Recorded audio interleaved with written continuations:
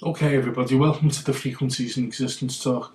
This is part of the Human Question series, and begins the series off with part one today, which is regarding sound and how sound may possibly be the source of all creation, and how these frequencies are our partners through our existence from our birth to our deaths. The Question series hopes to answer some of the, or lend its ear at least to some of the questions that we all ask ourselves throughout life. Why we're here, what's after death, what's UFOs about, is there such things as ghosts, and these things that seem to be in antiquity always fascinating to mankind.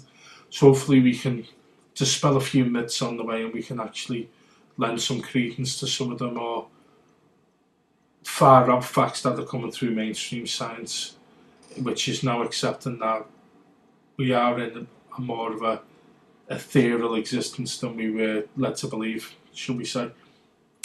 So, my name is John Glover. I'll be your host throughout all of the Human Question series talks. You will be able to access these talks through Ustream, to the Soul Light Radio. If you search Soul Light Radio through Ustream, you'll also be able to access them through 514JG through YouTube, as well as the other talks that are there presently. They will be added to by this series. And hopefully within a couple of months we should have our own website up and running where you can directly access this information there. Also Facebook and Twitter as well. You can access them from there. This Facebook webpage is the Soul Light Initiative website. If you search for that on Facebook, you should come to that Facebook page there. Please feel free to like what you see there, to add comments, positive and negative, because it is a learning curve.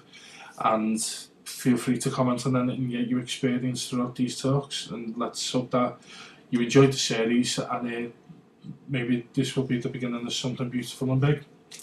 Okay, so moving on, we have the biggest question, or one of the biggest questions in our lives, and that's, what is death? What happens to us when we've shed our mortal coil, we've given up, we've kicked the bucket, we've called it a day, and where does our consciousness go? What happens to us? Now, there's two schools of thought, really. There's your school of thought of nothing happens, you die, that's it, ends of, you fade to nothingness, you enter the abyss and you never exist again, and hard luck. The other school of thought is the religious school of thought, which states if you are a good boy and follow the Bible or the Quran or any other religious text to the letter, then you will enter a heavenly paradise in which you will be given joy and love constantly throughout eternity with all of your loved ones, past and present, and basically an eternal bliss. However, if you don't follow the book or the guidelines, you will end up in a fiery hell, a purgatory of constant pain and suffering, where you will see nobody that you care for unless they're absolute in agony in front of your eyes and you can't do anything to help them. And this is forever and ever and ever. Amen. Now, these are so Neanderthal ways of looking at life and death. Modern science now is coming to catching up with itself and deciding that everything that went before really was Dark Ages stuff. I like to point out again as the analogy, which is one of my favourite analogies really, is the point of the Emperor's New Clothes, where you've got this guy nude going down the street and everyone's going, oh, look how good the Emperor looks, wow, look at this fine set of clothes. And it takes the innocence of a child to say, no, he's naked. And this is very much how we see things now, because in our own conceit, really, in our own arrogance, we've decided that come the age of iPods and iPhones and Blackberries and whatever else you have, smart TVs, that we've now surpassed the stupidity of the Dark Ages, but it's actually not the case. If you look at how many people tune into Dancing on Ice every week, where you see celebrities basically falling all over the place on the ice, and that becomes an entertainment, and we give up on the fact of going out and helping the old, looking at our children are being taught not to put squat at school, but we let it pass by. We're being controlled by a banking cartel, which is run by a mythical elite known as the Illuminati, who worship a deity of evil. We we really have closed our eyes to everything apart from what comes over our TV sets. And we need to get back out of that. We need to understand that. We need to get into an understanding that death is not the end of it. And why would it not be the end? Where's the proof that death isn't the end? Well, without going into too many spiritual aspects, I'd like to talk about the spoken word. The spoken word is a propagation of sounds. It's the coming together of tones and vocal inflections that culminate together in what we call words or sentences. And these can have a profound effect on anyone. So if you look at the more positive side of the spoken word, all of the nice things we can say about each other, the good positive things, can really have a profound effect on somebody's day. It can be a case of, you can cheer someone up, you could make someone feel a bit better about themselves. Placed in the right context, you might even make people see that their lives aren't so bad and they could actually move on and continue to improve their lives. And not only that, but out of the generosity that maybe you've shown someone in a more positive, treating them in a more positive vein, they may then feel the need to go and treat others in a more positive vein, especially if they've grew up with this, which is negativity. Now, anyone who's worked in the care field will know that a lot of the guys and girls that are in the care fields or have been sent into care from broken home situations or so on and so forth have an incredibly negative view of the world around them, not only the world around them, but also the people around them and themselves. More than anything else, they are more negative about themselves than anyone else, and they hate themselves, effectively hate themselves. And they display this constantly with stuff. I hate you, you're a joke, no. Everything that comes in, it's generally speaking, the first thing that comes into their head is a negative one. And that's just an example of a human being exposed constantly to a negative vibration. When you then start working with people like that, and when you start injecting positivity into them, the first thing you're going to find is that they'll reject the positivity and they'll reject you. And to the point where they'll attack. They will simply verbally attack and criticise and call and try and pull down. Because where their comfort zone is within negativity. And that's us as a whole of society these days. We've actually become comfortable with negative stuff. We actually like watching the TV show where the person's constantly ridiculed, the dumbass on the show gets criticised by the more intelligent members of his peer group. And we love it. Because we like to see others in a worse position than we're in. And everyone starts off from the point of negativity because as a brainwashed culture, which the Western world is, we are so easily trapped in the fact that we're worth nothing and we're worth nothing to others and we're worth nothing in the school system, we'll achieve nothing in our lives. And all of these words, you're bad, you're a joke, I hate you, you're stupid, are words that our school children are hearing every single day from so-called teachers who are trying to teach them what? How to be a joke, how to be stupid, how to be negative, how to be bad. Because if you are constantly surrounded by this, then you have got no place in your heart for positivity whatsoever. You are comfortable with negativity, you exude it and you accept it. But it's all vibration, it's all frequency, it's all sound. That's all it is. Break it all down, it's all just sound. So how is it that a sound made by someone's mouth, a vocal cords output, can turn somebody's day or life into either a miserable one or a positive one?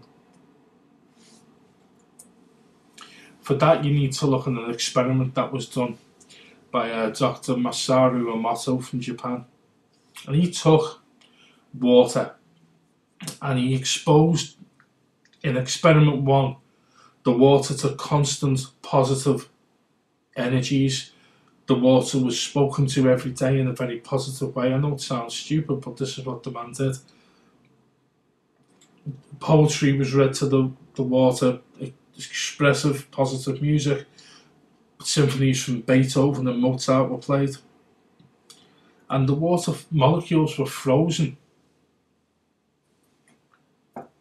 instantly with liquid nitrogen. And when you actually looked at the molecules through a microscope, they'd formed pristine crystalline shapes, hexagonal mainly.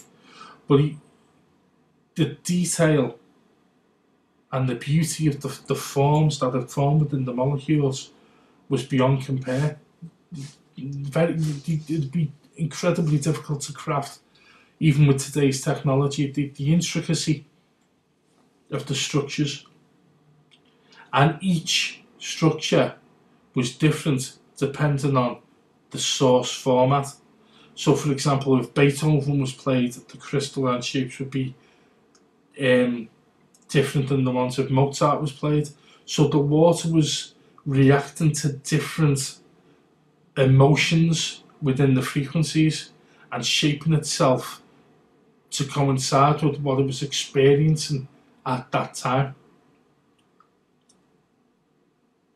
So the incredible thing about this is the fact that Dr. Emoto had actually proven that frequency has a major effect on physicality and matter. The human body is made up of 90% water. It is impossible for us not to be affected by what we hear around us. You'll hear people say, I can't go a day without listening to my favourite album or certain songs. Or I know from personal experience, if I'm on a real don't know what's up with me day, sort of real, woke up on the wrong side of the bed, metaphor so to speak, and I listen to some music, I'm right in a good mood again. I'm out of my doldrums and I'm back into where I should be. And that's only the effect of listening to music. And we don't put enough importance on sound and frequencies. Dr. Emoto also did another experiment, we'll call it experiment 2, in which he dealt with the emotions of hate and negativity rather than positivity and love. And as you can imagine, the results were absolutely the reverse of what the first experiment showed. The second experiment exposed the fact that the water molecules couldn't form any form of shape or geometric pattern. They constantly formed mush or disjointed mess. They were never able to propagate properly at all, into any shape. Just translating that into a physical way of doing things.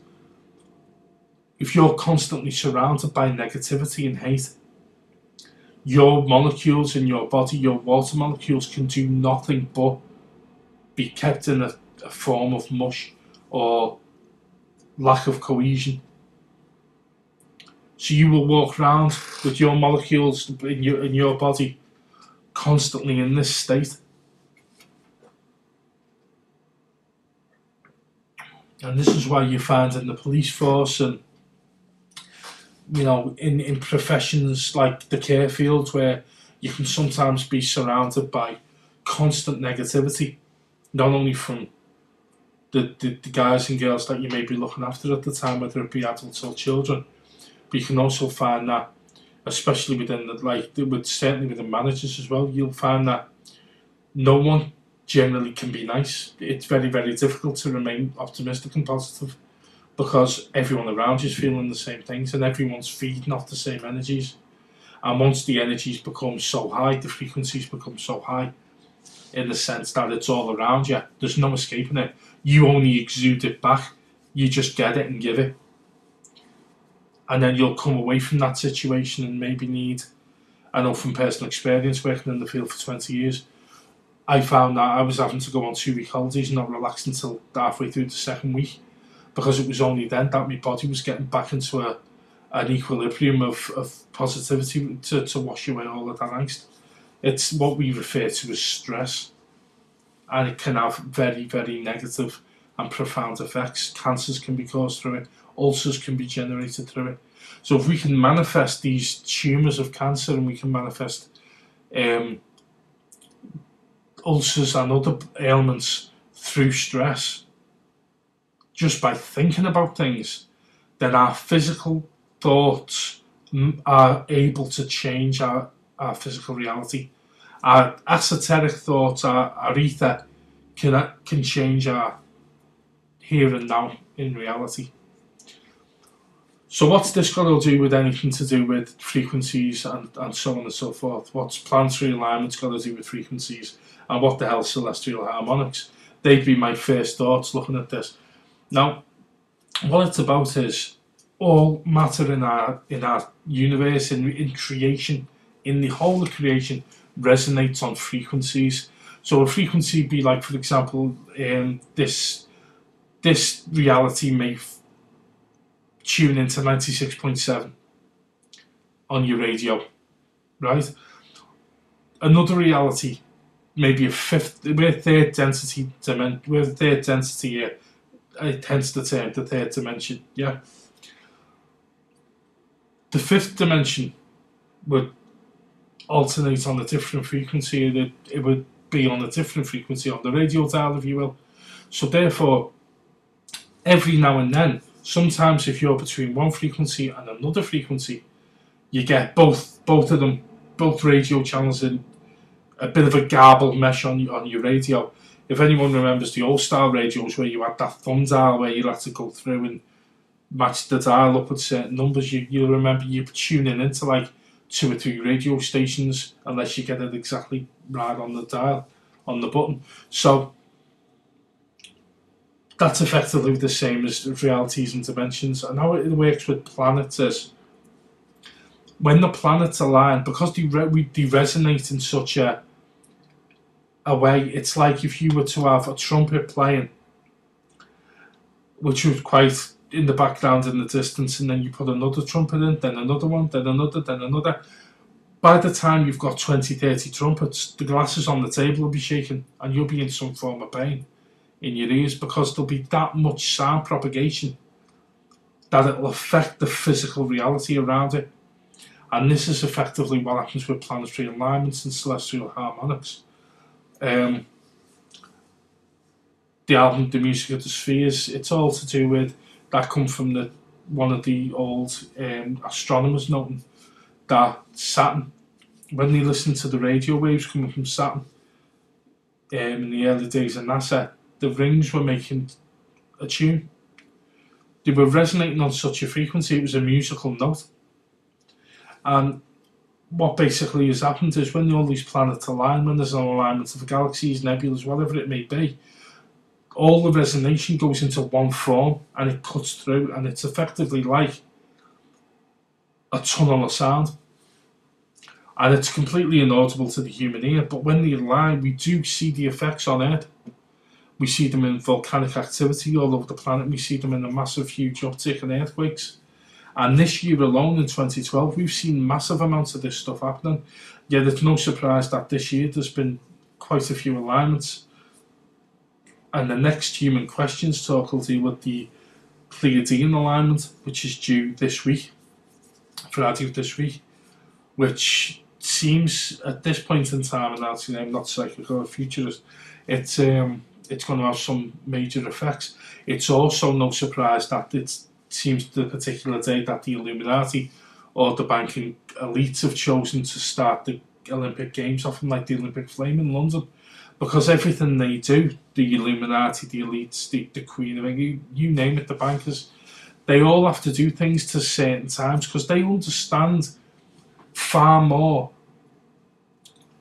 than any science tells us about celestial harmonics and planetary alignments.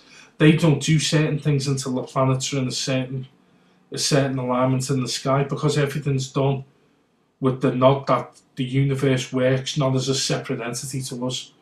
We are not separate from the galaxy as such. We are part of it. We live and breathe within it. It created us. So when we get back to the point of like dying, you do not kill a sound. You can't kill sound. Any energy that's created, and this is physics elementary, any sound or any force that is created can't be extinguished. It just changes to another form. It's like simple energy conversion. If you look at a motor, a combustion engine, you take petrol, which burns into a gas, which is forced into a compression, which is then inducted into a compression phase, and then the phase sets the gas out and is ignited by the spark plugs, and then forms a gas which effectively turns the engine. That's exactly how the universe works. We have sound at the initial basis, which propagates into matter. And then the matter forms us, and the more complex the sound, the more complex the being. So all of our molecules and the matter that contain and hold us together are just massively complicated sound waves. If you get back to the ET phenomenon, a lot of abductees will talk about the ETs coming through the walls. They don't need the doors, they come through the ceiling, the floors, the walls, because the ETs are advanced enough to understand that that wall's just a set of frequencies. It's just a set of frequencies that our brains determine as solid.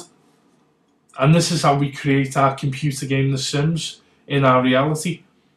We are given a brain that decodes signal. Call it the computer chip, call it the graphics chip of a computer game system. And our graphics chips, our brains, are told certain facts.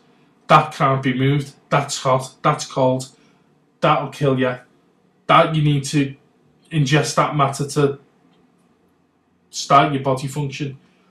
And we're so tied up in the I know how the universe works, because if you ask anyone how the universe actually works, 99% of people say, well, I don't know. But they won't ever try and find out. They'll just accept what's told to them on the TV and can live their lives quite happily without knowing. But in the case of, say, losing a loved one, and you're in that place that, unfortunately people who have lost loved ones get to, where you're actually questioning your own existence and missing the person and thinking to yourself, well, is that person's life been for nothing? Is it just been a waste of time that that person even existed? Then the answer to that question is no, because that person does not cease to exist when this propagation of sound we call the body ceases to exist. The form of the sound that created the entity, that created his experiences, that created his soul journey on this plane of existence, exists onward and cannot be destroyed ever. It just mutates into another form of propagated sound. And this is how we go. And this is how life is. Like I was saying before, Jesus, the Lord said, let there be light, and there was light. Let there be land, and there was land. Again, tying in with the law of attraction and the fact that, we can manifest our own realities. Because when you speak the words aloud, you'll see the effects of what happens. You'll see one the day when you're having a bad day and you start running around the house ranting and raving, rah, rah, rah, it's always happening to me, this, that. You are physically, with your own vocal cords, with sound, with frequency, firing into the ether all of that anxiety and ill. And that ill will come back towards you doublefold, because the ether will see it and determine it as something you require. Whereas people who just voice positivity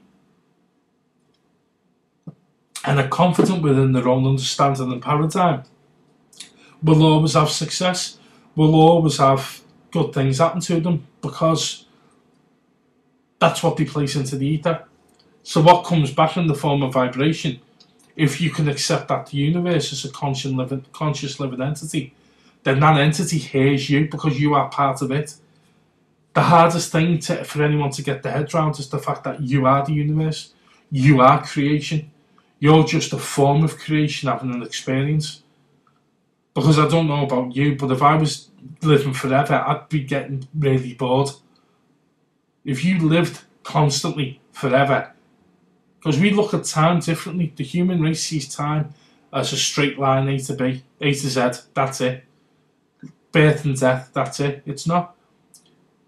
The moment is what counts. Everything exists within the moment. Everything exists within the right now. And everything else is only as a result of the right now. Because the past can't be affected, it's done. The future isn't written yet. You affect the future from this second. You choose from now, this particular moment, every single split second, you choose your future. So everything boils down to the one action, the one thought, the one single moment. And that's all frequency. So for people who've lost people who would, you know what I mean, who are finding it difficult at the moment, it is not the end of the road for any of us when death comes our way. It's a release to a different frequency, a different form, a different propagation, a massing of sound frequencies into matter. Possibly a more complicated one. If you want to term soul evolution, you can go into that all day about how the soul learns its lessons and moves on. We're all on journeys, every single one of us. Life's a journey, a constant learning. People sometimes get to a point where they stop learning. They're quite happy with themselves and they don't want to push forward anymore. They don't want to try and improve themselves or experience anything else. They're quite happy with that. Others aren't and want to push the boundaries and push themselves to the limits and constantly learn, constantly push forward with the souls. And at the end of the day, that's all we can ever do. Because looking at the complexity of frequencies, looking at the complexity of, you know, the spoken word, how it has an effect on people, how you can interfere in a positive and negative way just by vibration from your throat, from your vocal cords, then it appears to me that there's a lot more going on than we really are being told within our academic societies. Thank you for your time for listening to this presentation. Hope it's been insightful and informative. The next Human Question series talk will be regarding the Pleiadian alignment of 2012. That will be the next couple of days. That will be out and live. Once again, I hope everyone, you take the very best of care, and we'll meet again in our next series. Thank you very much.